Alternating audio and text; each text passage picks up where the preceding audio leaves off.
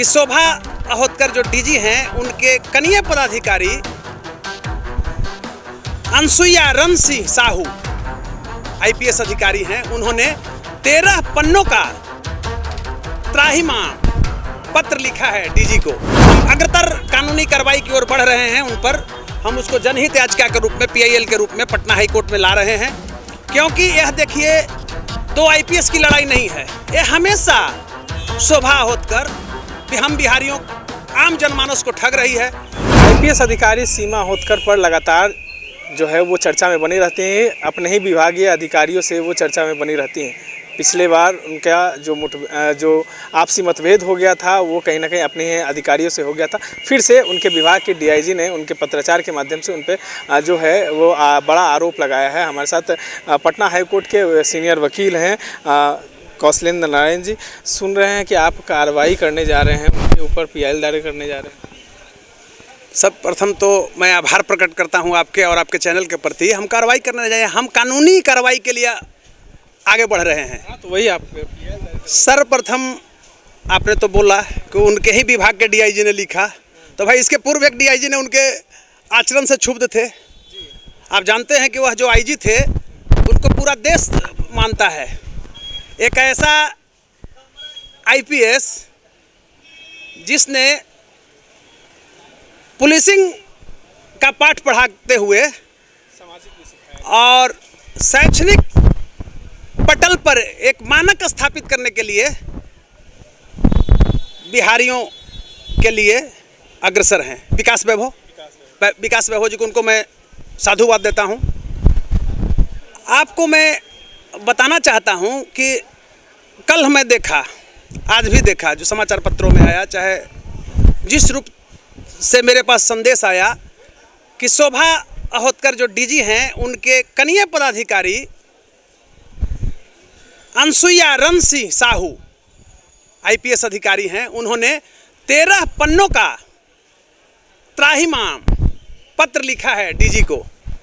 घोटाले से संबंधित, टेंडर से संबंधित उनका दर्द यह है, कहते हैं कि हमको कम से कम मुक्त कर दे। हर देखिए जो ईमानदार अफसर है, आईपीएस हो चाहे आईएएस हो, वो डरते हैं कि कहीं हम न फंस जाएं।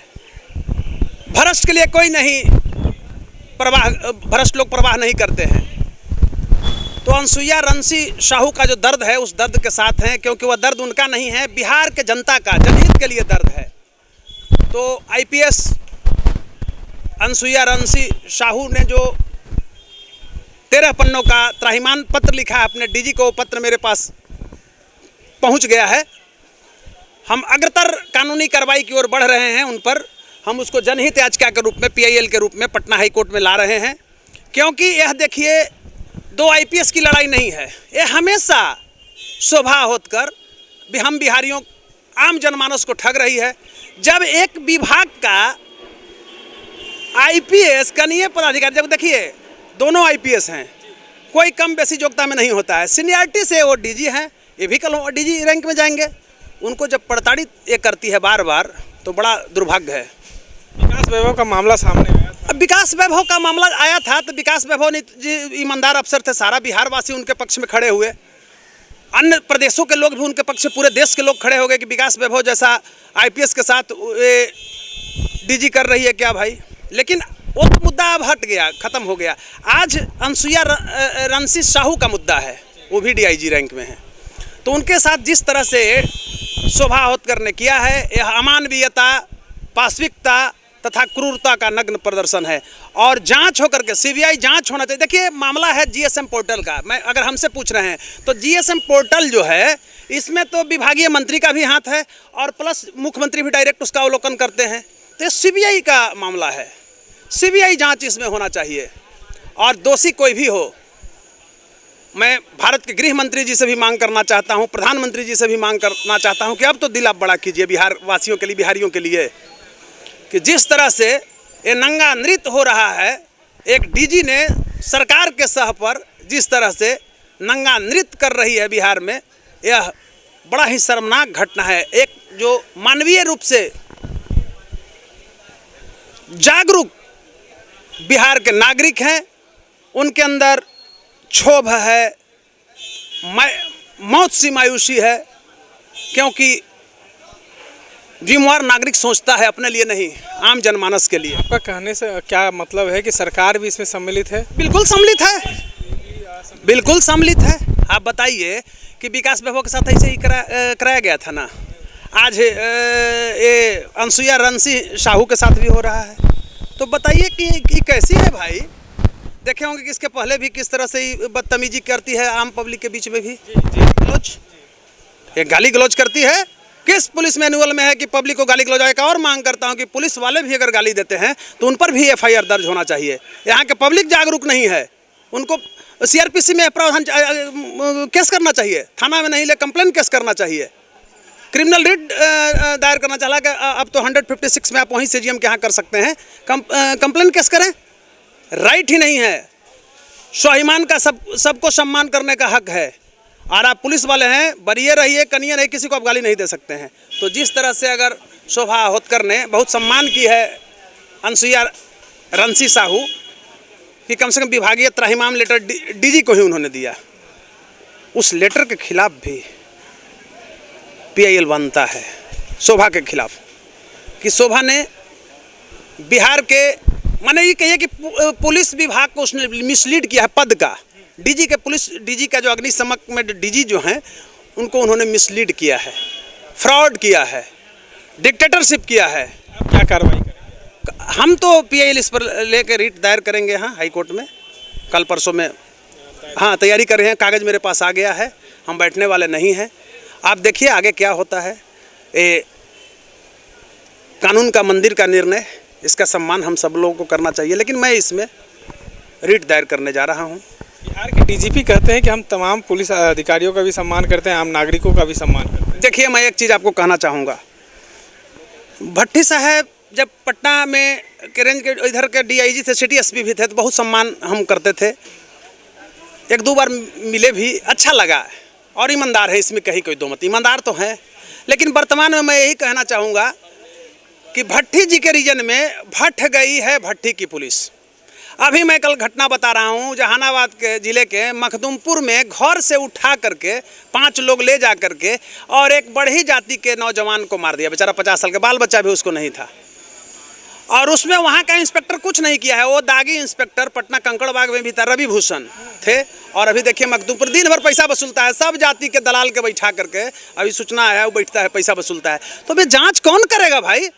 एसपी को जाँच करना चाहिए। कोई कड़क एसपी रहते, 5 इंस्पेक्टर को एफआईआर दायर करके भेज दीजिए अंदर। लाइन ऑर्डर, एक इंस्पेक्टर 100 करोड़ रुपया ये सब कमाता है, दिन भर बालू में लगा हुआ है। अभी देखिए थोड़ा सा कमी आ गया है, जो पटना में हल्ला हो गया है कि पोर्टल लग गया है, आपको एक कैमरा लग गया है, तो थोड़ा सा पुलिस जो है दाऊद इब्राहिम को नहीं पकड़ रही है। लेकिन अगर हेलमेट नहीं रहता था, दाऊद इब्राहिम को जिस तरह से पकड़ने के इंटरपोल लगाया गया, उस तरह से यहाँ की पुलिस टूट पड़ती थी। तो क्या बात करते हैं। भट्टी जी से मेरा आग्रह है कि इस पर संज्ञान लें, और जहानाबाद में भी जो घटना सैटरडे को घटी है, वो रात्रि में उस दिन घटी थी, उस पर भी संज्ञान लेंगे। और वहाँ के इंस्पेक्टर पर एफआईआर, इसलिए कि बगल में ठकुरबाड़ी से पकड़ करके वो बेचारा मिस्त्री जी को मार दिया सब ले जा करके। भाजपा में वो व्यक्ति था, लेकिन छोटा कार्यकर्ता था, कोई उसको भाजपाई भी समर्थन नहीं दिया। गरीब के, वंचितों का कोई जाति और धर्म और पार्टी होता है, मेरा इसी का लड़ाई होता है। अच्छा, ये लोग भी वही करता है, जो लोभ दे देता है उसको फिर वोट देता है, धर्म के नाम पर, फर्म के नाम पर। तो मैं यही कहना चाहूँगा कि रवि भूषण पर एफआईआर दर्ज करके उसको जेल भेजे भट्टी साहब, तब सुधरेगी। माने छिया लेदर हो गया है, वो मगही वर्ड है, छिया लेदर होना, माने एकदम दुर्गंध रूप हो गया है भट्टी जी के। पटना पुलिस जो है वो अपना नाम जो है वो पूरे बिहार की पुलिसिंग भट्टी जी के डीजी रहते अनियंत्रित हो गई है। अब कारण क्या है मैं नहीं बता सकता हूँ। नीतीश कुमार तो बहुत विश्वास से लाए थे। अब लाए थे नीतीश जी, तो सबके विश्वास से लाते हैं। विश्वास नीतीश जी लाए थे इनको आबिर सुबहानी को।